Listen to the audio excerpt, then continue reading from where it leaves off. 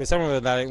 proprio per il significato di un messaggio per la legalità, abbiamo voluto coinvolgere tutte le forze di polizia, tant'è vero che ci sono rappresentative non solo delle forze di polizia di carattere generale, ma c'è anche la polizia locale, c'è la Carabinieri di Porto, c'è una componente degli avvocati e dei magistrati, per cui è un torneo significativo, importante per poter essere tutti dalla stessa parte, quindi tutti per la legalità. Ricordiamo Alfonso Capraro, ma in questa giornata abbiamo avuto l'inizio del torneo attraverso una benedizione del nostro cappellano, ricordare tutti i caduti delle forze di polizia, delle forze armate, in modo che tutti siamo nella stessa parte nel momento celebrativo, che è un momento anche di gioia, come ha detto il prefetto, che attraverso una competizione di carattere sportivo possiamo rinsaldare quelli che sono i legami di fraternità, di collaborazione